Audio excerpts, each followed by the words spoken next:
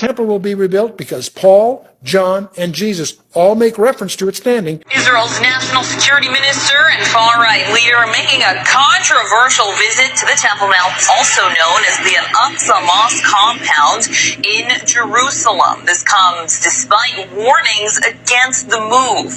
Prime Minister Benjamin Netanyahu discussing the issue with Ben-Gvir, wanting to visit the site, considered to be the holiest place in Judaism and the third holiest place in Islam. Now, while the content of the conversation was not made public, reports indicated that the two agreed Ben-Gvir would hold off on visiting the Flashpoint site for the time being.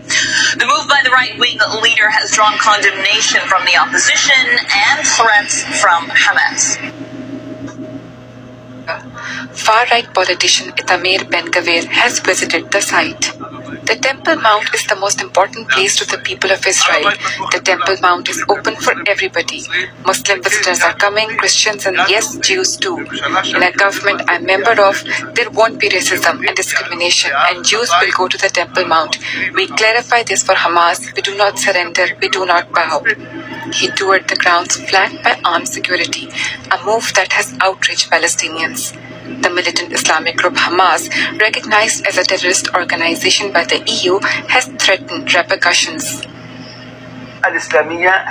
This provocative behavior increases the state of tension, brings matters closer to a major explosion, and opens the door wide for a real escalation. Under a so-called status quo arrangement, non-Muslims are allowed to visit the holy compound on the condition they do not pray. But the visit of an ultra-nationalist Israeli minister is a sensitive matter. The security forces think this is a dangerous move. It is not an accident that ministers have avoided visiting for many years. It will be seen by the whole world as breaking the status quo. Even if it's not, it is an unnecessary risk. The complex is the most sacred site to Jews and the third holiest place for Muslims. Competing claims over the shrine represent a major source of conflict between the two sides, one that has often resulted in violence. Well, earlier I asked our correspondent Rebecca Ritters in Jerusalem why this visit has drawn so much condemnation.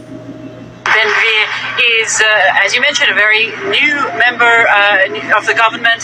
He's himself a settler. He's from the very right-wing extreme parties that make up the faction that make up the coalition, rather, that make up the government, and that is potentially seen as even